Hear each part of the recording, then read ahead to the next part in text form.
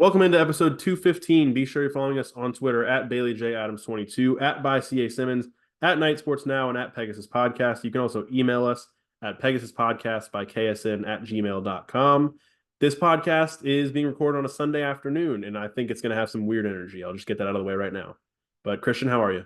I'm doing great. I've almost never been better in my whole life than today because tonight is the last night I'm ever going to go to sleep without having played EA CFB 25, and I actually have almost been too excited to sleep the last couple nights, like not even joking, which is I, insane, I know, but I saw everyone was getting excited today because the account that said is EA College Football 25 out yet said no, and that's the last time it's oh, going to for the say last that. time. Yeah. Wow, I'm what's that surprised you haven't account seen like a gonna? million tweets about that because I've only been on Twitter a little bit today and I've seen a million people quote tweeting that and being like the last time. I have not been on Twitter a ton today, so that's Mm. probably part of it. But well, I wonder what that account's purpose will be from now on. Will they just tweet yes every day? I don't know. Or just switch to EA CFB 26 and just start tweeting no again. I don't know. I'm curious. Time will Um, tell. but yeah, so that's why we are recording the podcast on a Sunday afternoon. We talked about it. Well, if you listen to the end of last week's episode, you heard Christian on the podcast tell me, "Oh, I'm not recording the podcast on Monday afternoon," and I was like, "Why?" And so yeah, this was our solution, was to do it a day early so that Christian doesn't have to.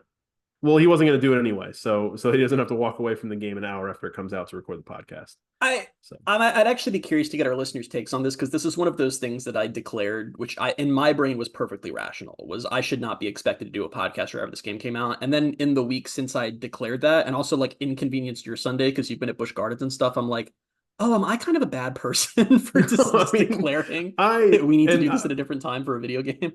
to clear this up to our listeners, you didn't disrupt my Sunday. Well, I was not. The plan all along was to go to Busch Gardens for a few hours in the morning, get out of there before it got too hot, which was kind of a failure because it was hot at 9 a.m. And then I have nothing the rest of the day. Okay. So Because I yeah, felt no, extra bad it's because I texted you this morning and I said, okay, so what time are we thinking for the pod? You're like, well, I'm at Busch Gardens right now. And I was like, whenever is convenient for no, you. Like, this is no. fine. We're back. All I have really to do the rest of the day, I might take a nap. Is my maybe my plan. So Sunday naps are the best, man. Best it's napping just day.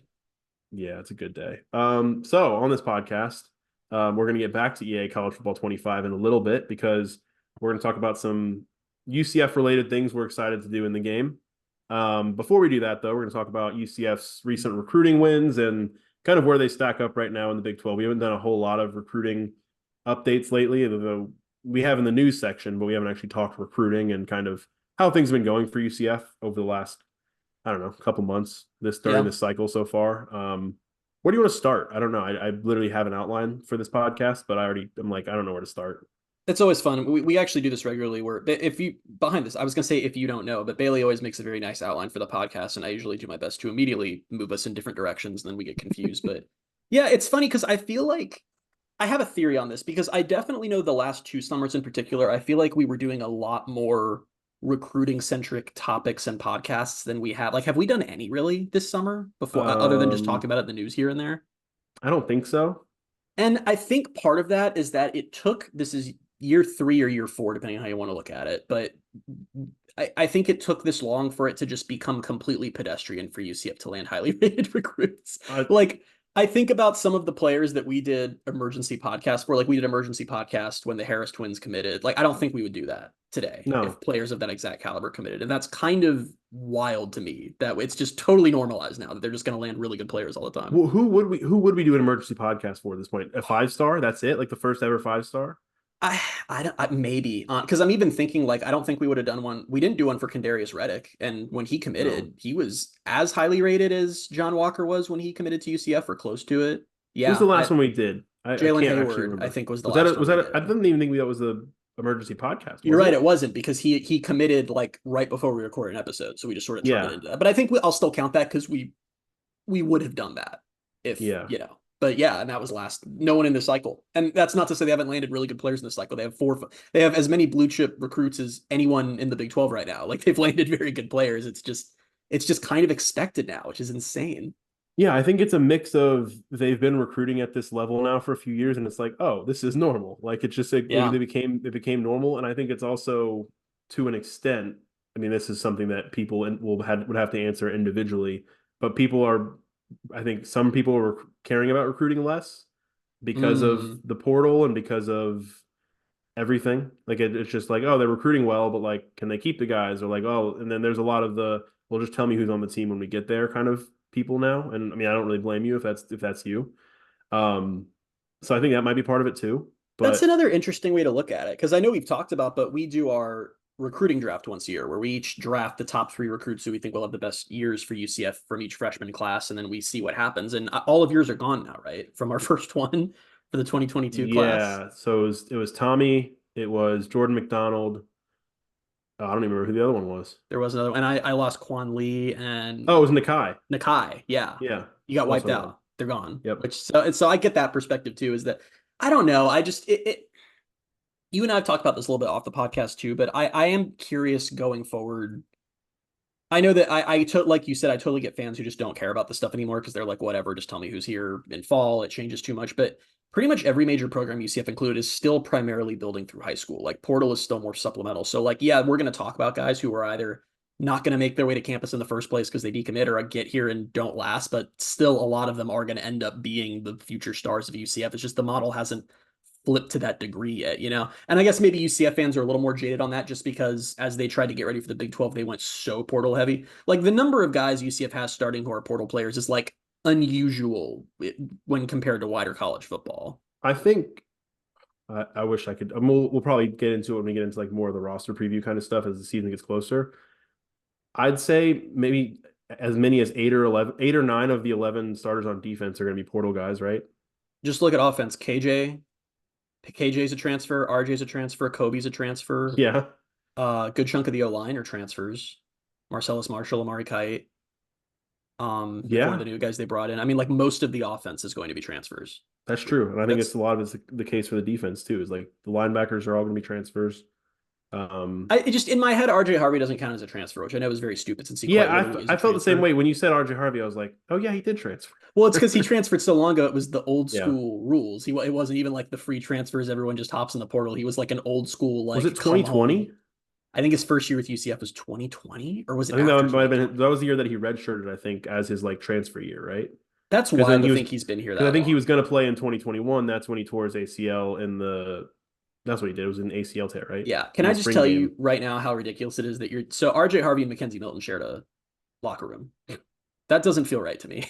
No, That does not feel right to Mackenzie me at Milton all. feels like he played his last college football like forever ago, and I know it was 2021, so it was only two seasons have happened since he last played, Yeah. and I know obviously it was at Florida State, not UCF, but no, that's Feels ancient. wild. Feels ancient. But that's the Yeah, past. Well, RJ Harvey's not the past. He's the present, but that's the past and the present. Let's talk about the future. So let's do yeah, it. I wanted to talk a little bit just off the top about where they're sitting right now, just in the Big 12 and in the country. So I know we've talked on this podcast before how they're out recruiting much of the Big 12. That's true again. They're right now, they have the number 2 class in the Big 12. Bailey, do you know who they're behind? Did you look it up? It was TCU, right? TCU is hanging out. And there. Texas Tech is not really living up to what I was sort. If you remember from last year, it was UCF and Texas Tech that were battling, and Mm-hmm. Texas Tech's not quite up there right now. But yep, so TCU's in the top spot. UCF is number 2. UCF has I'm going by 247. That's the industry standard. UCF has the number 24 class in the country, which is kind of wild to think about. I'm also, correct me if I'm wrong, if you have the ability to correct me if I'm wrong, if you look this up too, but I believe UCF's average player rating is the highest in the Big 12.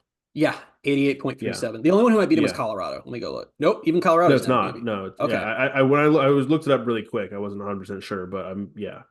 So I mean, the class is already deep, and it's July, and that feels good. Like looking at it with them being second, it's like, oh, that's like they're right up there, and that's how they start to, I think, have some real consistency in the Big 12 is recruiting at that level. That's still, I think, as much as the portal will help and as much as you will supplement it through the portal.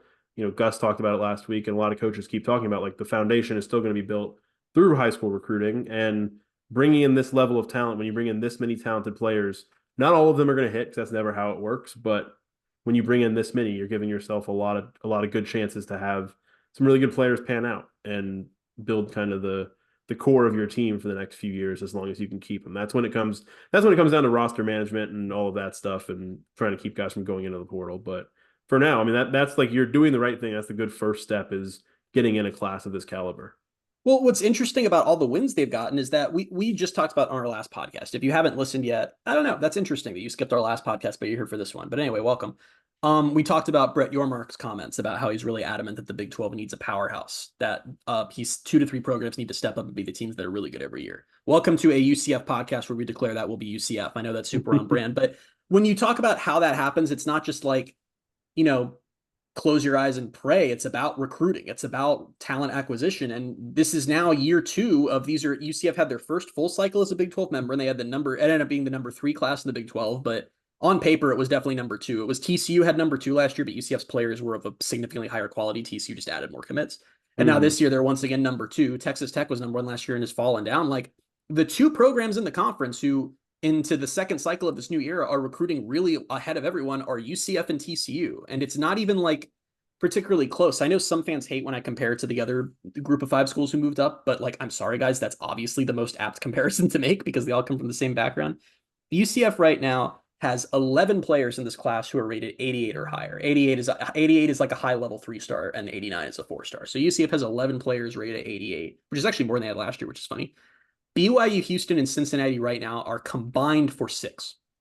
That's how much of a discrepancy there is between the way that UCF has just blown past them in recruiting, and the other 3 are literally still recruiting like G5 teams. Like, they moved to the Power 5 or Power 4, whatever the hell, and nothing really changed. Like, they're now getting like some higher quality players. UCF, it was like a switch flipped, and suddenly they were just in it for all these high level prospects. Yeah, and I think that's what's so exciting, and what was always people always said about UCF and how even UCF fans looked at this program was being in the state of Florida is already an advantage, and you give UCF the resources and the ability to just say, "Hey, we're in a power conference," and yeah, it's easier, I think, to flip that switch and say, and then Gus has talked about it, and I think the coaches have talked about it, saying, a lot of things beforehand was, yeah, but you guys are in the group of 5. I'm a Power 5 player. Now that's gone, and UCF say, oh yeah, if you like this, you like it here, yeah, we're playing at a high level. I mean, I know, yes, there's the SEC, there's the Big Ten, but I mean, there only so many players go there. Obviously, a lot of the 5-stars are concentrated in those 2 conferences, but there are still some very, very good players to be had, and UCF's getting a lot of them in. Like, I mean, obviously, we're still away from signing day, like getting them in terms of committing, but yeah, I mean, and you look at this class, and it's deep in. There's 4 stars. There's really, really highly rated 3 stars. We talked last week and in the past few weeks, I think, and maybe longer than that, about what 3-star even means anymore because there's just so many.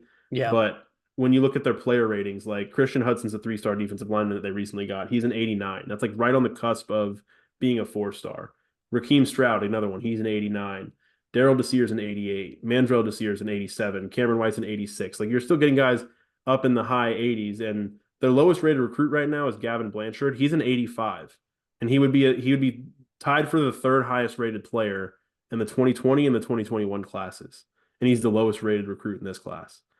Like that, the level that they're recruiting at as quickly as they are into this conference and within this college football landscape and how it's changed, it's extremely encouraging. I mean, you would always rather be recruiting well than not well. It obviously needs to translate to the field. You need to see some of that success, and I think that's part of it. How you sustain this level that you're recruiting at is all the stuff that you're telling these recruits, going out and proving that you weren't just like pitching them this dream of what UCF could be and actually being that thing.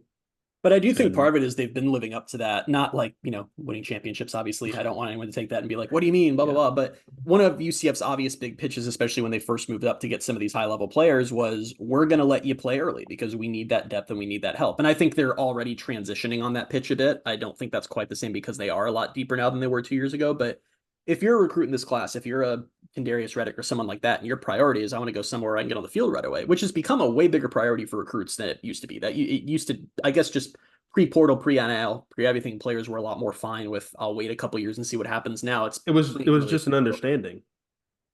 Like, I mean, it was and it wasn't. Almost because teams always screwed over.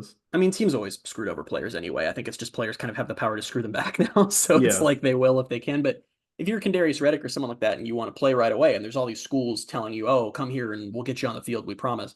If you look at UCF, you go to last year and, okay, Braden Marshall played right away. Randy Pittman was playing a ton. John Walker was playing a ton. It's like they're doing it. Like they're showing that if players come in and live up to the hype they will get on the field right away. But it's just funny how much things have flipped so quickly, because we talk a lot about, can they beat out Florida for someone like John Walker, which they've done, or can they beat out Florida State? And it's still like a generally low hit rate against those programs. It's definitely, the hit rate used to be 0. So the fact that now they are stealing guys occasionally from them is big, but it's also someone like, I don't know how to pronounce his first name. Our most recent commit, Chaston Brown. I'm not sure how. I should have looked it up. I didn't. We'll call him Brown going forward, but absolutely massive O-lineman. He's listed at 6'7", 260 on 247, and 247's analysis of him lists him as like a little bit more of a project because he has room to even fill out that frame even more, and he's just this guy who's clearly going to be a monster. And that wasn't someone where it was UCF had to go beat out Florida and it was this big thing. It was even funnier to me that he took official visits in the month leading up to his recruitment to Pitt, NC State, and Louisville, all programs of relatively similar standing to UCF, and nope, not a concern. He takes all those visits and comes back and commits to UCF. That's such a switch flip from even a couple of years ago to me. Is I know we talk so much about can they start beating Miami, but the fact that it's now just a given that they beat out a lot of the other middle tier power teams already when they have yet to actually have the success they're claiming they're going to have in the Power 5 is crazy. No, that was the start too. We talked about it, I think maybe when they first got into the Big 12, about how, yeah, we'd like to see them beat out some of these Florida teams, but it was beating the more middle of the road or just like kind of the average Power 5 team. You just throw a Power 5 team out there. The example we always used ended up being Iowa State because it was Townsend, Xavier Townsend, right? I was about to bring this up too, which makes it even funnier. Being the always used example, but it was like those kinds of teams, and now obviously they're in the same conference, but those level of like, yeah, not the big blue bloods, like you're probably not going to beat them very often, if at all. And as long as you're, right under that level, I mean, even a little bit below that, because no one's going to say that like UCF's like right below a blue blood, but they're recruiting at a level where some people on Twitter might say it, but yeah, okay. Well, those people aren't real. But like you're recruiting at a level where it's like, yeah, they're taking steps toward being that, and that's cool. But Townsend actually is the perfect example that we'll just keep hammering home for 3 straight years. Apparently, that was the class of 2022. This is the class of 2025, so that wasn't ancient. And it was either on signing day or right before signing day. He flipped from Iowa State to UCF. Yeah, and that was a big deal. And he was a 3-star, and that was a big deal that a 3-star from Florida is flipping from Iowa State back to UCF. And we had a whole podcast about like this is how things are changing. Would you even blink if you saw a headline right now that a Florida player was signing with UCF over Iowa State? Not only would it not be a surprise, you would expect that. It would. Yeah. It has completely flipped where now the bigger news would be if they were going to Iowa State over UCF. And it's been 3 years since that happened. Not even 3 years. Yeah. And I mean, when you look at it, I don't know. I lose sight of where we are in the cycle these days because it just confuses me. Everything just seems to be rolling around in the same year. So signing day will be December, right? For this class. Yep. There's another one in February, but most players sign in December now. Nowadays, yeah. So there's still a ways to go, but just to look at it right now and say that UCF's the top 25 class in the country. Yeah. That again, like that's another sign that you are on the track that they've talked about being on. Like this coaching staff Gus's whole thing was, we're going to come in and recruit like our hair's on fire, which that's what they've done. Like it's, to be fair to them, that's what they've done. And it's literally been the exact ramp up they promised. It's literally their classes when it was like 52 to 50 to 35 to now they're at 24. And we'll see where they land. I mean, as you pointed out, there's still a lot of time. There are players, probably names we've said on this podcast, who won't be in UCF's class. There's players we haven't said who aren't signed yet, who will commit to UCF in the coming months. But if you don't follow recruiting closely, July is like around when things are taking shape. This isn't like one of those things where it's January right after a signing class and you're bragging, oh, look, UCF's like 6th in the country because they have 2 commits and no one else is signing one. Like July is when things start to take shape of how they're going to look. So the fact that UCF's hovering in that top 30 range is super encouraging. And I do want to say before we move on to the college football, this is all college football. The college football video game topic is. It's bothering me that it's not just NCAA 25. Because I don't like saying EA college football. I usually say like EA CFB or something, but that's still too much. It's actually the same number of letters, isn't it? NCAA, EA CFB. No, it's one more. Can't do math. It's fine, guys. Yeah, but the 2 A's in a whatever. 2 A's in a row make it easier to say. NCAA. Are you more of an NCAA guy or an NCAA guy? I don't know. Okay. Didn't mean to put you on the spot. NCAA. I think the NCAA. I think I say that way more, which I don't know. I think why. I say NCAA too, which is stupid. I guess I should say NCAA. It is. Doesn't matter. Doesn't matter. But anyway, I do want to just leave quickly on the note that it's not, I don't want to give the impression that it's all sunshine and rainbows and that this has been perfect. We were having conversations like, what, 3 weeks ago about like, oh, is everything going to fall apart? Because they, Yeah. On3 reported that Kendarius Reddick was going to flip to USC, and then they missed out on UCF missed out on Javon Boggs, the wide receiver out of Cocoa, who like I don't know what happened there. That's shocking. It was Where'd like he go, the Missouri? most Missouri. It was the most like in the bag, very high level player. Still really sucks they missed out on him. They then went ahead and got Wade and Charles, another 4-star wide receiver, like a week later. But so those two things combined, it felt like things were teetering, and that made me really sad because it did sort of flip back to, okay, maybe last year was just a really special class and UCF isn't going to do this every year. But props to the staff and the program and we'll see what happens. You never know, but it's for stabilizing. Reddick never flipped. Maybe he still will, but that's very unusual for that to get put in as a prediction. And then a month goes by and it doesn't happen. And they've, like I said, they landed Wade and Charles. They got another really good wide receiver. It's just, that's kind of what recruiting is now, is it's ebbs and flows, but you just have to roll with the punches. And they've been doing that. So hopefully we didn't jinx the hell out of them with this podcast, but props to them. Things are looking encouraging. Yeah. It's exciting. And I want to point out one more thing, actually. And it's something I don't know that I even brought it up last week on the podcast when we were talking about all the things that Gus said at media days. But he was asked about Big 12 being such a widespread conference now with, however many times, is it 3 time zones, 4 time zones that it spans? A lot of time zones. Yeah, I can't remember off. They always frame it that way. But it's all across the country. And they were asking him, like, with that, are you going to kind of say, like, are you going to start recruiting more like across the country? Like, is that going to kind of help you guys in recruiting as far as being such a national conference? And I loved Gus's answer. He was just kind of like, basically, he was like, maybe, but no, we were focused on, he was like, we're going to recruit Florida. We're going to recruit the southern parts of Georgia. And then, we'll see from there. But like, he stuck to that philosophy of recruiting recruiting Florida and then recruiting parts of Georgia. And they've actually established such a nice footprint in Georgia. They do really well in Georgia every single year, which is like, Georgia's a crowded state, guys. It's not like UCF was like, oh, look at this very talent-rich state that no one's noticed. Like, that state has every school dropping it. Do you want to hear where their top 10 recruits are from really quickly? Yes. In this class? Georgia, Florida, Florida, Florida, Florida, Florida, Florida, Florida, and Florida. Yeah. If it ain't broke. And when you look at the contrast between where we are now and where things were under Josh Heupel, who... Yeah, when we were doing crazy things like going out to Arizona to find quarterbacks. Shout out Mikey Keene. Yeah. But no, yes, very much so. Heupel's recruiting strategy was incredibly weird, and it burned high school relationships in Central Florida. It involved ignoring players in your own backyard, which that was a big part of, in my opinion, of UCF's decline in the last couple of years under Heupel. Was that had been UCF's bread and butter my whole life. Was go find the Florida players who, if they were 3 or 4 inches taller, they'd be in the SEC and just be this really fast, speedy team. And Heupel was like, nah, like I like this guy in Texas. Like it was for no reason this very national recruiting strategy. And that if he had not left, let's say that Danny White doesn't hire him away for some reason, and he stays, that would have killed him here. Because if you thought a national recruiting strategy didn't work before, in the portal era, where players, it's not working out after a year and they're being called home, your roster is like, if you don't have local guys in your roster, you're just begging them to transfer out when they're not playing or things aren't going their way.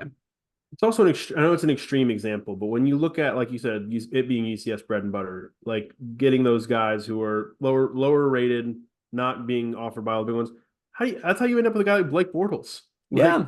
Who's a tight end guy to a lot of other schools. And then he becomes a quarterback, and he's a top 3 quarterback in program history.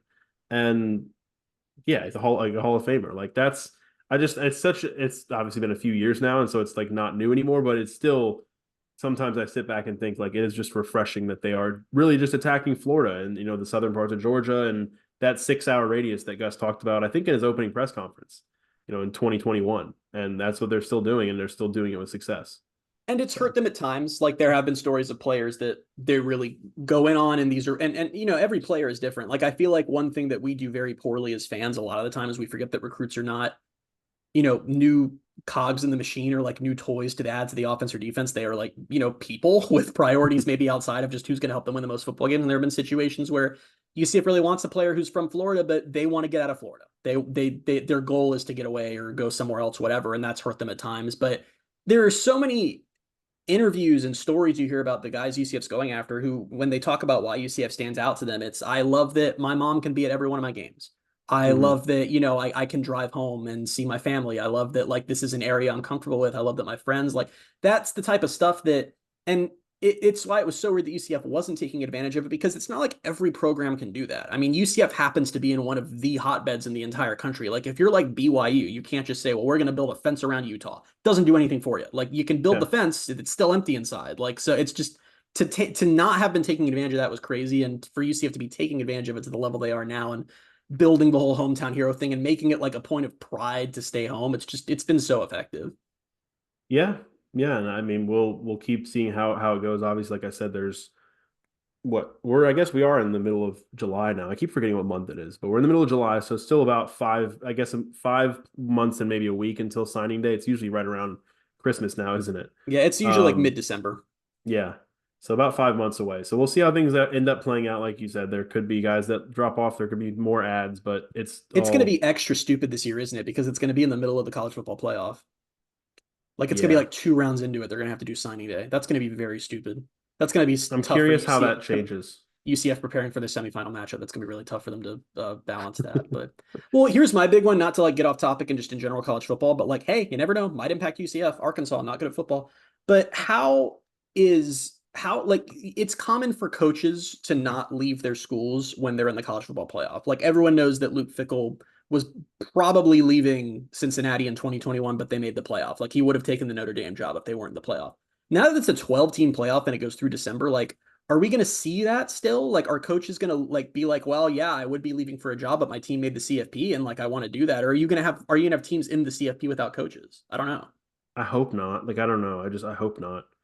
It's interesting. I don't really know how you avoid it. Like, that's been the whole thing all along. Is like I haven't enjoyed how the coaching carousel works and when it happens and how it affects the coach's previous schools. And it's never been fun to see. But it's like I also don't really know what you do to counteract that. But particularly in this era, could you see a situation where I'm going to use a G5 example because I think that's probably the most likely one. Is let's say that Memphis makes the playoff this year, which is not super out of the conversation. They've spent a lot of money.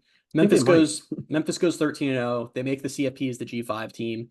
And say they win that first round game. They're playing like a number 5, whoever, the SEC runner up, and they just have a really insane game and they win it and they go to the second round. Ryan Silverfield is going to have job offers. So he might leave before that next game. Say he leaves before that next game. Do players enter the portal before it? Do stars of that team leave to follow him while they're still in the playoff? I don't know. I hope not. Like, I don't know. It's going to be chaos if that's the case. It'll happen one year and it'll be really bad. Then they'll have to change a rule. But like, it's just one of those things that's going to have to happen first. I had a dumb way of maybe completely derailing this podcast, but I won't do it. I'll ask you about it after the podcast. It was a Memphis question. You have to ask it because I don't want to like tease our listeners and now they're like, well, what the hell? No one, like most of our listeners aren't going to care, but I was curious. But if one does, it's worth it. With Memphis spending all this money and like really trying to go after the playoff, do you think like is Memphis in danger of losing their coach? Like, couldn't they just be like, all right, we're going to throw more money at him and just try to have him stay? You've got a path to the playoff. Like, is that going to change now? I mean, this was a Memphis-based question, so it's like that's why it doesn't really fit on this podcast. But guys, just skip ahead 2 minutes if you want to talk about Memphis, because I'm going to very quickly drop some. Yeah, skip ahead 2 minutes if you're here for video game talk. Yeah, then we'll get to the video games. But maybe you're planning to take over Memphis, and this is important information to you. So Memphis has a lot. I've talked about you with this. Memphis has a lot more NIL money than pretty much every other G5 program, and even a good chunk of P5 programs or P4 programs. I gotta just. This FedEx, right? FedEx gives them FedEx alone. I think gives them $5 or $6 million a year in NIL money, and they have other sources. And they bring them in they FedEx have some trucks, powerful boosters.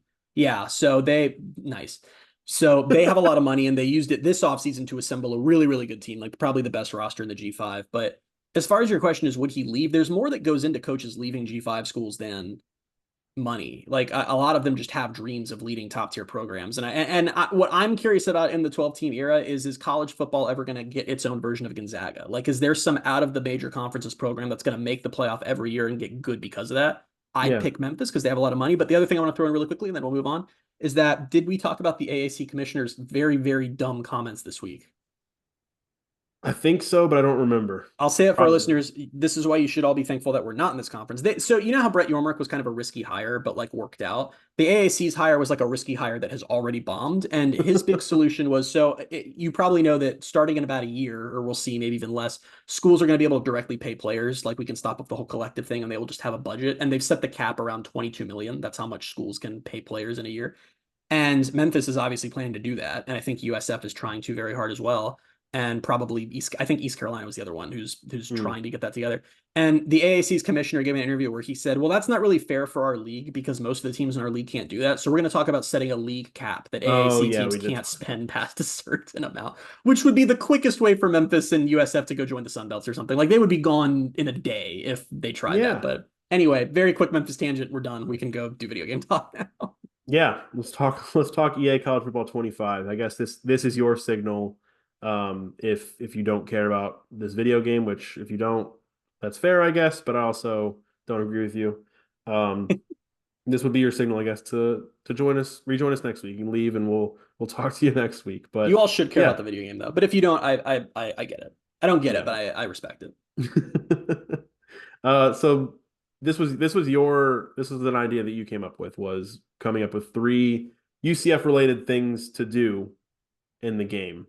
And you have more answers than I do. You have 5 actually. I only have 3. Yeah, we I said come up struggled with to come 3 up and with I my came up 3. with 5. Yeah, well, I And just think that I don't know. I know that a lot of our listeners and a lot of UCF fans are excited for this, and I think that it's important to be thinking about what UCF things you can do in this game because there's a lot. yeah. Well, and like I mentioned it to you before we got on, we were talking about this. It was like a lot of mine, and why I struggle with this, a lot of my excitement is legitimately just, oh yeah, I'm excited to see like how the bounce house looks in this game, and like, oh, I'm excited to see the uniforms. I'm excited to see like, I don't know, just the very basic stuff, like more like things I'm excited for rather than things that I'm excited to do. So I had to kind of stretch my brain a little bit and figure out, oh, actually, yeah, when I download this game, like, what am I actually going to do? Like, I Which don't have I a plan. will say, just being in the bounce house on that topic, the most recent version of this game came out in 2013, NCAA 14, which I still play to this day. I played it like a few I hours play the ago. one from the year before that. Yeah. And in Yeah. those games, UCF is in the game. The bounce house is in the games, but it doesn't feel like you're in the bounce house, right? Like it's a video game, but it's not like you don't feel immersed. This new one is immersive as hell. Like the clips that have come out of every stadium, they've Hmm. so painstakingly tried to recreate every tradition, every sound. Like the videos that have come out of the bounce Except for house, Hawaii. it's except for Hawaii, who I'm they mad didn't about put that, actually. they You didn't sent me put that earlier. I'm mad about it. they didn't put Hawaii Stadium in the game. It's the only FBS school who didn't get their stadium scanned, and Hawaii's complaining about it on Twitter. And in EA's defense, Hawaii does not have a stadium, which is part of the issue, but whatever. But the videos that have come out of the bounce house, I'm watching this and I'm like, oh, it's literally like you're in the bounce house, like down to the sound effects and the entrance, and so that just alone is like I wasn't expecting to be so excited for that, and I'm like, oh my god, this game is just gonna feel like I'm there, like I'm playing on the field of the bounce house, and that's gonna be freaking cool, man. Here's another dumb thing about it. I mean, it's not dumb, I don't think, but this is just the way my brain works. Is like the game. I don't know if it's like this in your game. I think it might be, but in NCAA 13, when you play in the bounce house, the entire stadium is essentially like people wearing gold. Gold. Yep. Yeah, it's like that's it, and people wearing gold. It's like a bunch of wild bills that are just all in the That's what I stadium. was literally about to And say it, and you beat me to and it. now looking at the way what we've seen of this new game coming out, it's like what the bounce house actually does look like these days, and it's a lot more people wearing just black and some gold.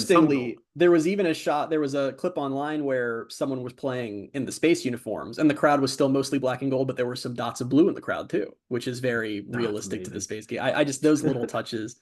Yeah. I'm very freaking excited. But yeah, we can get into it. Why don't we go ahead and start off our list? Why don't you take us away? Because I'm really Oh curious God. All what right. you come up with. What are you excited to do with UCF in this game? First thing is, and this is what's gonna be funny is I'm gonna say something and you know way more about the details of this game than I do, so you're gonna be like, actually, you're not gonna be allowed to do that. I don't think Okay. that's gonna happen, but I hope it's not gonna happen. Scheduling UCF to play in iconic road atmospheres. Like Okay. that's creating a schedule where not like all of my non-conference games are going to be, big away, like big games on the road. I'm not going to do that, but having a road game at Penn State and playing UCF in that atmosphere, or as UCF in that atmosphere, and I don't know, Ohio State, Michigan, A&M, Wisconsin, like just some of those where like we don't really see UCF play there in real life, so it's gonna be cool to do that. That is a very cool one. And I have like a way worse version of it that I'll drop as my first one in a second. But it is true. And I should say that when they were, so if I assume anyone still listening to this is familiar with their game, so I need to like explain what all the modes are and everything, right? I assume that's fine. Yeah, I think so. Who knows? So in Dynasty, which is where you like take over the team, they in EA in their official release videos showing how Dynasty works, for their example of showing how you can change the schedules. Like they have all the games loaded up. Every series that has been scheduled in real life is in the game, so you cannot touch it. And like you'll get to 2030, and now you're playing in the swamp again if you're playing as UCF. Like they've got them all scheduled out. But they also talked about how you can change the schedules if you like, and you can force teams to agree to series. So you can schedule whatever you want, do exactly what you just said. And that I hadn't thought about that. That actually is cool. I like the idea of like having, because there are some that we know just in real life are never going to agree to play UCF, but in this game we can make it happen. And my favorite was their example of how you can change games was UCF schedule, and they replaced New Hampshire and Sam Houston with Georgia and Tennessee for 2023. And I'm like, no, okay. And But so like you said, like the reason I thought about this before, and even more so now that we were kind of on the topic of how immersive it is, like you could schedule these in the old versions of the game a decade ago. But again, it was like, yeah, you're playing in whatever, you're playing in Tiger Stadium. I didn't mention LSU because I don't like to schedule UCF against LSU. But like you can play in Tiger Stadium, but like all that you really see about Tiger Stadium, you might see Mike the Tiger at the beginning. You'll see yeah. people in purple and gold. But like It's you don't very really old get that graphics. feeling. It's just kind of like, yeah, this looks like Tiger Stadium. It's more like I get that's supposed to be Tiger Stadium than like, wow, I feel like I'm in Tiger Stadium, which is more what this game's vibe is. And so with how immersive it is, like another one I had actually thought of was like UCF playing at Virginia Tech and like having the Enter Sandman and all that. Like it's just like all of the traditions being in it is going to make it so much cooler to like, I will schedule some of these just to see some of these like traditions and some of these like entrances and stuff. And Penn State was one that popped up because they did whatever they did their Zombie Nation and then Mo Bamba on the first play of the game. Like we've seen videos of that come out and I'm like, that's incredible. Have you seen the video I sent you that one of the creators posted of the FSU stadium? I don't remember. Maybe I might have sent that to Sarah. Yeah, it's just the same thing. Like it's just, I'm going to play as FSU. It's the game starting. It's the whole. It's the atmosphere. It's the horse running out in the spear. And I'm just like, yeah, I don't think I've seen that. Like it just was like it looked like something from a TV broadcast. And they also have announcer crews now that are tiered to different levels of games. Like you only get Fowler and Herbstreit if you're a game of the week and stuff like that. They have all the calls in and stuff. Just the level of detail is great. Like just seeing some of that detail is going to be so freaking cool. So yeah, I'm with you on that one. Just go schedule crazy games in Hawaii Stadium. Let's hear whatever your worst version of that was. I'm curious now. Well, I'll tell you right now that there is definitely one non-conference game I'm going to be scheduling every year in my dynasty, and that is going to be bringing the war on I-4 back. Everybody, hell yeah. That's I actually really I know that different UCF fans have different takes on this, but I find myself increasingly sad as the single year. Like it felt weird not playing USF this year. I'm sorry, but it did feel weird. And I just in my dynasty, that's the last game of the season again. Is I love the idea of, just having that back on the schedule and UCF, go years into the future of my dynasty when they're national champions, just beating the crap out of USF every year. I think that's fun. And I like that in this world, I can just force them both to play that game every year. I like it. You said that, and I thought I actually would like to see them back on the schedule in real life, but like I don't know, I don't want to see it in the last thing. Like having that Utah game this year on Black Friday on Fox, like that made me think like I wouldn't rather be playing USF that day. Like, I know I'm in the minority on this. Like I know that most UCF fans are like screw them, leave in the past, but like we hate that team, and there's no one I really hate more than that team, and I miss being able to like rub in their face. I'm fine hating them in September and then playing a big game like that against Utah. So you're okay with the war on I-4 continuing? It just needs to be early in the season. Yeah, I don't know. I guess it's not always like that because like Georgia and Georgia Tech play late, like the last game of the season, like Florida State, like all that. So I mean, I know it happens, but I don't know for like even the Florida game this year for UCF being a non-conference game in the middle or at the beginning of October, that bothers me. Yeah, like I just always when I think about it, I always want to think like, oh yeah, the non-conference slate and then there's conference, and then you move into conference. I get that. Yeah. I don't know why I feel like I just feel that way I guess it's just the way my brain is wired. It's like, it doesn't make sense to me that like, oh, we'll have another non-conference game at the end of the season, but it happens all over. Like some of the more iconic rivalries are like that. So I don't know. Can I, since I have more than you, can I give my next one right now? Cause I feel like it kind of that one a little bit. Yeah. We'll just do year 5 and I'll do my 3. Oh, okay. That's like, no, not in a row. I just mean like, I see. Yeah, we were going to do 3, but we'll do all 5 of yours. Okay. My next one is sabotage USF in every way you can. And I think that's going to be another fun thing to do in this game. Now, there's a few different ways you can go about doing this that I've been thinking about. The first is when you're in Dynasty, go to USF's recruiting board and just target all their top players. And both in the portal and in recruiting. Go after the recruits they're going after. Also take their stars every offseason. Take their coordinators whenever you can. Just like make part of your game experience ruining USF's life every chance that you get. Another way you could do this is Road to Glory, which is if you're not familiar, it's where you become a player. Like I make a quarterback named Christian Simmons and I go play.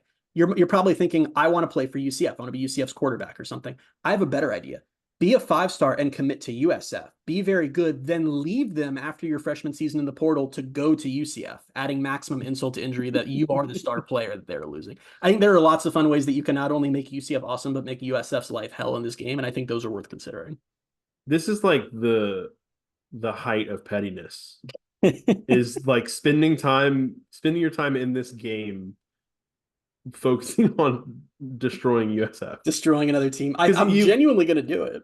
One of the examples you gave me yesterday was taking over at USF, like as like in Dynasty, like as the head coach and running them into the ground. And I thought about it. I thought about it today, and I was like, wait a minute, like why would I want to play the game and just lose a bunch? Like that would be like because it's USF who's losing. Yeah, but I wouldn't enjoy it enough because it'd be like I'm just losing. Like I'm bad, and this is not fun for me. I'm just losing. So the way I'd look at it is, I don't know if it was like this. It'll be like this new one, but in NCAA 14, even in Dynasty, you could opt to play as the other team. Like you could play as your opponent if you wanted to. And I would make myself USF's head coach and just play as the opponent every game. So like my Dynasty experience is just beating USF every week as a different team. That's an interesting thought. A little look into what an actual psychopath I am is that's one of my things I'm planning to do in this game. But anyway, you can do your next one. My next one's very, very broad. Okay. It's gonna make me sound like a FIFA manager, that's what I am at my core.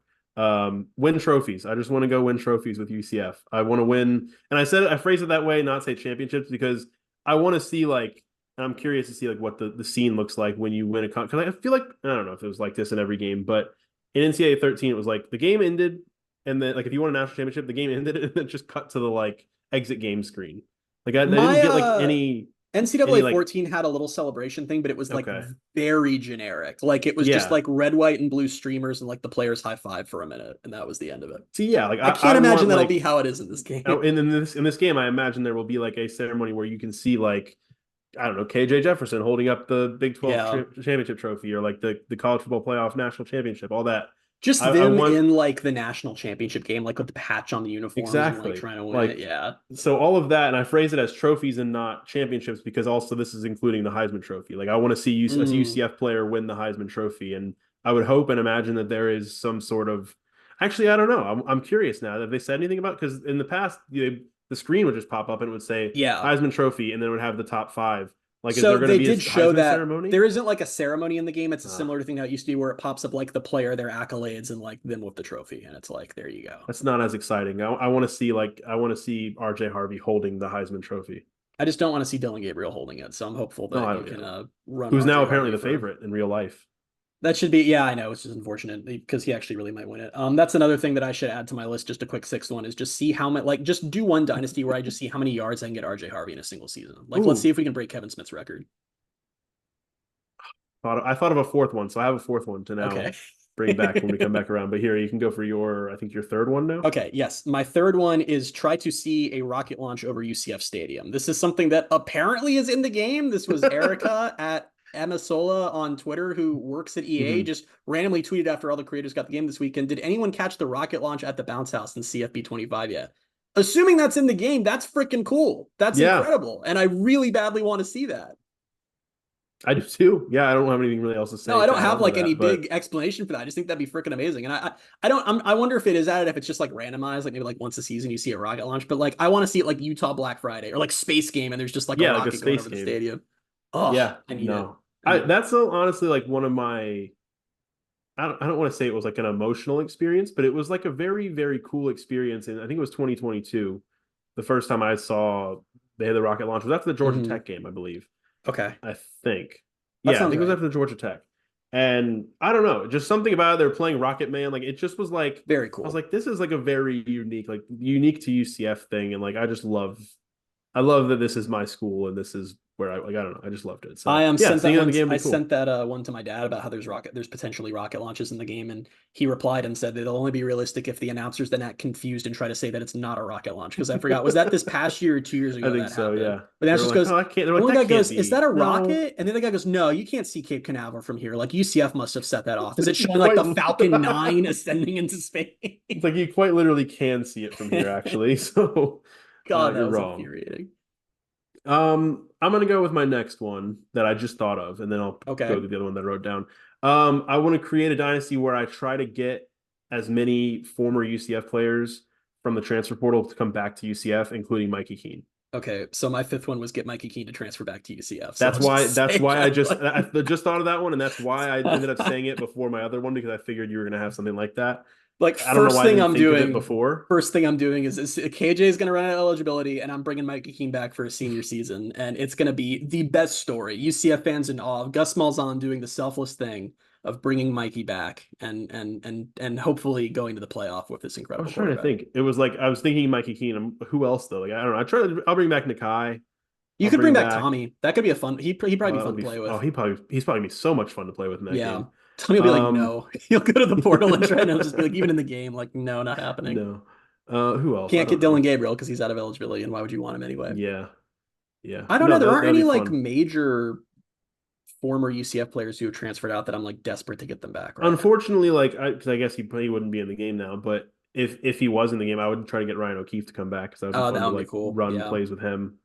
Um, I think I'm just gonna it Jordan will be McDonald just to fun. bulldoze people. One thing that one thing that will be fun this year though is like you will be in the middle of the actual college football season. You'll be watching a game and you're watching like Middle Tennessee and some receivers like going off and you're like, he's cool. Like I'm gonna try to get him in my dynasty. Like, Or I think I'll know players. Like I don't know, I might know players more. Like I'll see so somebody in real life and I'll be like, oh yeah, he did something like in the game that I on just a played. more Like it's serious note, that's a big thing we lost with the game is people just used to know random players better because the game calls out like stars on the other team and like it'll be like mhm. some example where it's just like some really good defensive player who plays for like Missouri that you would never know, but like in the game you're like, that's that guy who like picked me off in that game. I hate that guy. Like it's just you just learn more I about. hate I that don't know why guy. I picked a very negative example, but people were just way more informed about the players of college football at the non-traditional positions. Like yes, everyone knows who like the big quarterbacks are, or running backs, Yeah. like all the skill position guys. Yeah, we're gonna know them, but learning about some of the other guys and them being more household names is gonna be fun.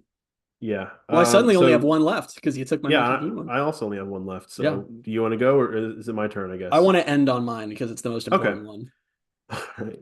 Oh, I know which. I'm fairly certain where Probably you're can gonna put it go. together. Yeah. Um, and so okay, I'll preface mine by saying I will enjoy playing as UCF in the Big 12, but there will be maybe a certain point where I do want to create a new like regional conference that creates in-conference matchups like between UCF and Florida State, UCF and Florida, UCF and Mm. Miami, UCF and USF again. I don't know if I'm going to want to put Georgia in there because that might just make life difficult for me, but like they're regional. Clemson, South Carolina, Georgia Tech, they're all regional.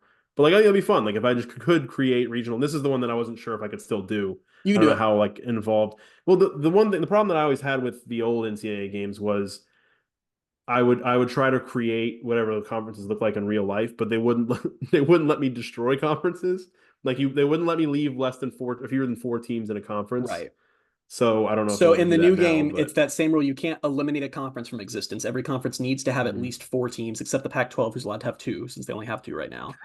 And you can add up to 20 teams to any conference. So you'll just need to Okay. reorganize a little bit and send some Yeah. All schools off right. on their way. But Yeah. you'll have plenty of room since all the other leagues can get so big. I'd say there are more teams in this game, so I might be able to do that a little Yeah. more You easily can because also like just set teams to independent too. Like if you just can't find a home for them, just, yeah. make So their own yeah, schedules. that's Maybe I think that'd independence be fun. comes back. Yeah, it would be cool to like maybe play a few years and then just like like things that would never happen in real life. That'd be fun in the game. Like UCF gets invited to the SEC. Like okay, let's see how they Yeah. do and just stuff like that. That's where this like idea of mine first started was like just adding UCF to the SEC, which I Yeah, might end up doing at some point. But like I don't know, the idea of like if I can go that deep and like create a completely like I don't know southeast like I guess it's called the Southeastern Conference, but more like with legitimate like teams in the Southeast, including UCF, USF. I don't know, throw FAU in there as our Vanderbilt. I don't know. yeah. We've talked Be fun. about before too how like I probably won't do that because I'm like I play this game in the worst way. I just take it like deadly seriously. Like I'm Oh, I already mean, like yeah, when I do my dynasty, like I'm going to wait 2 to 3 seasons, then I'll break up the ACC. I'll probably send Clemson and Florida State to the SEC and Virginia, North Carolina to the Big Ten, and I'll add Miami, Louisville, Virginia Tech, and NC State to the Big 12. I'll backfill the ACC with like James Madison, USF, Memphis, so and so, because that's probably what'll happen in real life. So I'll just like I just yeah, always try to stick it like super close, which is like the opposite point of this game. The point of the game is to yeah. like do all the things that can't happen in real life, but. You're like, I'm gonna play it by the book and just Well, I don't know. make I it as just realistic as possible. because I want Which to I mean, believe that UCF's I do winning it all these too. I mean, championships. yeah. Yeah. So we say that as like our whole thing is like, yeah, we're gonna take UCF to back to back to back national championships You and don't think that can happen in real life? win. No, I don't. All right, let's hear It your may not last be one. able to happen in the game until I learn how this freaking passing meter works, man. Yeah, no, Like, yeah, like I think I'm UCF be so actually might bad be at worse it. off with me. I'm kind of worried about it actually. I told you I'm taking all. I'm not even starting game mode yet. All of tomorrow is just playing exhibitions to just like learn how the Yeah, game works, but it'll be yeah. fun. My last one, and the most important one that I've been thinking about for literally years since they announced this game in February of 2021, is making whatever UCF uniform combo my heart desires for every game. I am so unbelievably excited about this, and I'm even more excited about it than I was a week ago or even 2 weeks ago, and I'll tell you why. The first reason is that, again, in NCAA 14 and NCAA 13 and all those older games, the uniforms were in there. Like, you could change combos for teams, but this was over 10 years ago. The graphics weren't the best. It wasn't like, it didn't look super real life. Like, you can tell that's UCF. It's like that's their uniform, but it doesn't look. They literally scanned in every single uniform for this game. So in this game coming out now, every uniform, it's not just like, oh, they made it look like what it looks like in real life. It's down to the threading, the patches, the template. Every detail is exactly like it is in real life. Like everything. It literally just looks like it's carbon copied from real life, which is just gonna make it feel so real. And UCF has more uniforms in the game than I was expecting. So the backstory on this was that Matt Brown reported, because he's been all over the stuff, like 2 years ago at this point, or close to it, that when EA was asking teams to send in their uniform assets, teams were sending in like everything they had. Like, here's our 50 helmets, here's every alternate jersey we've ever worn.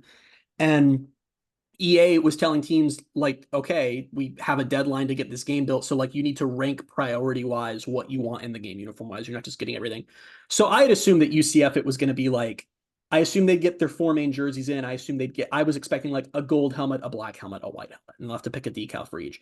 We've seen a lot of what UCF has in the game, and it's well beyond what I was anticipating. They have the 4 jerseys. They have the black and white Pegasus jerseys, night mode and light mode. They have black pants. They have both the normal white pants with the black stars and the light mode pants with the gold stars. For the helmets, they have the black helmet with the chrome gold UCF. They have the white helmet with their normal chrome gold decals. They have the light mode helmet with the white face mask and the whited out decal. They have 3 gold helmets. They have it with the white UCF, with the outline UCF they wear with night mode, and with the script knights, which I'm so freaking excited for. The literal only uniform elements that I didn't see that they have in real life is the gold pants. And even that, oh, and they have space, obviously. They have the space uniforms. Yeah, 2023 space. The major one. They have the space uniforms. I will say that in the video everyone's using to see what uniforms are in it, it's not all of them, because they're just going with the different preset ones. Like, I noticed that a couple people already pointed out, like, USF's looked kind of limited, but people who have the game are pointing out that, like, you can wear the golden Brahmin like throwback decal and stuff, which wasn't shown in the video. So, like, UCF's gold pants might be in there. I don't know, but like, I'm probably the only person on earth who's sitting here like, can't wait to see if the gold pants are in the game. But either way, this is such a uniform crazed fan base, and the fact that now you can go in and just, what do you feel like wearing? Like, you have so many options of just trying out stuff, and I'm sure it's going to make this season unbearable because people are going to be like, actually, I don't like what UCF's wearing for this game because I wore this in my game and I think that looks better. But I'm going to have so much fun with that. I seriously can't freaking wait. Because back then, obviously, like you said, like back then, a decade ago, and last time the game came out, the uniform selection was so boring. Oh my God. You had one helmet, and I mean, you had some bad jerseys, and like it was. And I have always talked about how, like, I would always end up after like 8 or 9 seasons, like leaving UCF in the off season for another job, and it would always be because I got bored of the uniforms. Like, I just got. I barely even play as them in the whole game at this point because it's just so like you can't make anything really look good back then. So in NCAA 14, they had the single helmet. It was the traditional white helmet they wore for many years. You had a gold jersey, a white jersey, and a black jersey, and you had gold pants and white pants. That was it. And these were bad jerseys, man. Like, they didn't even have the stupid black helmet from 2013. Like, they had nothing. I wish they'd add that into this game, like just where it just says UCF 2013. I gotta tell you, I'm a little, I don't, it looks like from that video, there's definitely only 2023 space in the game at launch, but EA clarifying it as 2023 space makes me wonder if there are going to be like uniform packs or something where you can buy older uniforms. I don't know. The more I've thought about that, so, and you're probably you already know this and probably will tell me why this is the case, but like, I was thinking about in the old game, like if I play as LSU, they'd have an 09, like, I don't know, Vapor or something. I forget what it was called. Right. But like it would specify it as 09. So I don't know if that's why, if it was just like, but again, that's a different year. So I don't know. So in the 2013 game, the old days, 09 uniforms. It was because the game had been continuously coming out for years. So they still had those uniforms from previous iterations of the game. So they just carried them over to the new games. This one they had to start. Obviously, that wasn't a thing. They just started from scratch. So that's where, but I did notice, I forget who it was. There was a team who, I can't remember who it was in that video who just got new uniforms this season, and they also have last year's uniforms in the game. I guess because EA had scanned, and like you can pick them, and I guess because EA Yeah. had scanned them and was like, well, screw it, we'll just include them. So I'm sure more uniforms. Oregon already announced that they have secret uniforms for the season, and once they wear them, they'll be added to the game. I'm sure we'll get some leaks. That happens with NBA 2K a lot, where like Mhm. people will notice there's some uniform in the game that doesn't exist in real life, and a team will have to be like, damn it, you got us. That's for Yeah. a few weeks from now. No, I'm very excited about it. I didn't include it in my list of things to do because I knew you were going to, and I was like, that's your thing. I'm not going to try to commandeer that from you, but I'm also very excited about I it. appreciate that very much. Yeah, are Yeah, you sick no, of me it's texting you about it yet? I don't know how many EA uniform things I've texted you in the lot beyond UCF. I've been kind of blowing up your no, phone with this stuff. I don't think I am yet, but I did tell you, like I told you last night, like you're doing the pre-order, you're gonna play it tomorrow. I'm not playing it until Friday. And I just know you're gonna text me all week. Just I don't know that you and I are gonna have a normal conversation this week. I think it's just gonna be Probably not. Yeah. just gonna be the game. And I told you be prepared for me to run out of responses. I'll just be like, sometimes I may not just respond. Like I'll see it and I'll be like, oh, okay. Or Yeah, but sometimes that's I'll how we respond and be text like, oh, now. So cool. that's not going to be Yeah, like a change of pace yeah, for me. It'll be that's fine. true. So But it'll yeah, be it's good. going to be fun. But I'm very excited for this week and probably will not be a yeah. very productive person in any aspect of my life. So that'll be great too. Yeah, very good. So weird thing. Now we'll leave that conversation there. I don't have any football news to get into. I mean, we did our last podcast on Wednesday afternoon, evening, and this one's on Sunday. Not much has happened since then, other than I think there was just the one more commitment that we already talked about. So no football news. So tweet of the week. Tweet of the week. You screwed me, man. I don't have it pulled up and I was going to pull it up You didn't look at while you did well, if you football looked at the news. outline and you saw football news and you just saw a blank bullet. Bold of you to think I would have looked at the outline. But anyway, I got it. We're good to go. All right, cool. That was real panic because I was like, he'll read the news and I'll find tweet of the week. And then you're like, no news, Christian, go. But anyway, we have tweet of the week up. I got to give a shout out to you, Bailey, because you're the one who alerted me to this great tweet. Oh no. This is Oh from gosh. this is from USF T-Bone at USF Bulls T-Boned, who tweeted. I love this tweet because every single line got more insane. Like I thought that you had sent it to me for like the first sentence and then it just escalated. So they tweeted preseason hot take. USF beats Bama at Bama. Golish becomes the most sought after head coach. Gators fire Napier and throw the sink at Golish. USF counters since we're going to a power conference. In all caps. And I have to shout out that tweet for a few reasons. The first is the audacity of it. Like, I just think it's phenomenal to really not even just believe, like there's two different steps here that allow that tweet to occur. The first is actually believing these things and next being unhinged enough to tweet them. Like I love every single bit of that. Like I said, when you sent it to me, I thought you were sending it to me because I see USF beats Bam. I'm like, haha, what a funny thought. Then they're like, and then we pay Golish more money than UF. I'm glad. And then we go to the power conference. I'm glad you read it that way because I had the same exact experience as you did reading that tweet. And I was like, because I think I don't know if I said this to you the other day, but like I do have a slight worry that USF might win that game. I don't think they will, but they played them close last year. That at all. They played them close last year because Saban benched Milroe and put out Buckner, who was horrible. Yeah. I don't know. I still don't know why. I still don't know why that happened. I don't think it's going to happen, but like whatever. Yeah. Upsets happen in college football. Cool. But then, yeah, just line by line, it was like, what? Okay. So I will say, I don't even know if you know this, but this all started because of that interview with that random USF recruit who was asked about like, oh, what do you like about USF? And he was like, oh, I just think, they're going the right direction. The coaches tell me how they're going to be in a power conference soon. And that's exciting. And all the USF fans were like, oh my God, this recruit has leaked that we're going to a power conference. And like, I didn't say anything on Twitter because I'm just kind of, I don't know. I didn't feel like wading into that one and ruining their celebration, but random G5 school tells recruits they're going to a power conference soon is like not a new concept. And it's happened a lot with schools that then never move up. I know San Diego State got hit hard on that when they thought they were going to go to the Pac-12 before the Pac-12 died. And all these recruits were like, yeah, I'm coming to San Diego State. They're going to the Pac-12. No, literally Memphis was polling that. UConn was polling that. UCF used to do this. Like in 2015, they were doing this when the Big 12 announced that they were going to consider expansion back in 2016. UCF was telling everyone, like, big news. They're considering expansion, and we've heard that it's going to be us. Total lie, but you say what you got to say to get recruits. But so I don't want to ruin their fun. But yeah, so USF fans are not. I also like, what power conference would they be going to? Not Like, a power which one? conference. I'm Like asking. it's really? the ACC backfilling when all of their good programs leave, and then it's not a power conference anymore. Yeah, I do think that UCF fans need to get in the headspace of that 5 years from now. USF's probably an ACC team. It will have just been after North Carolina, Virginia, Clemson, Florida State, Virginia Tech, NC State, Miami, and Louisville, and possibly Pitt have all left. And some of those teams to go to UCF's conference, so like it won't really be a power conference, but they're going to be screaming about how they have an ACC patch on their jersey, and I think that'll be fun for them. So we should give them that. Yeah, let's give it to them. Sure, why not? Man, I'm excited for this game to come out. I don't can't know. freaking wait, man. 24 hours from right now. Comes out at 4 p.m. tomorrow, apparently. For you. For me. Which we'll see. Watch it then not drop at 4. Like they're like, haha, we lied. It's at midnight. But... Oh, you're gonna be so pissed if that happens, and then I'm probably gonna have to like suffer the wrath of it. I might cry in real life. We'll see. Angrily texting me, and I'll be like, I can't do anything about it. Time will tell. And also, I won't be as angry as you about it because I'm not getting it tomorrow. Well, again, I took Tuesday. Then you'll be mad at me for not being as angry. I took Tuesday off from work though, so like even if it doesn't come out, I'm fine either way. I'm covered. Right. But I think I'm probably gonna take Friday off from work and then play it on Friday. Is it crazy that I took Tuesday off? I've gotten some reactions from some people that was insane. No, I think anyone who's excited for this game that took the day off that they're getting the game. Like I've seen people all over the place that were like, yeah, I'm not, because I saw the people who were like, who's really gonna have time? Like adults acting like they're gonna have time to play this game. People were like, you don't realize that I've taken PTO for this. Yeah, like I've taken precautions like in life to ensure that there's time to play this game. So yeah, I'm actually I'll give you credit. This is gonna sound like really backhanded credit probably, but you and a group of our friends are coming to Tampa next weekend to hang out with me.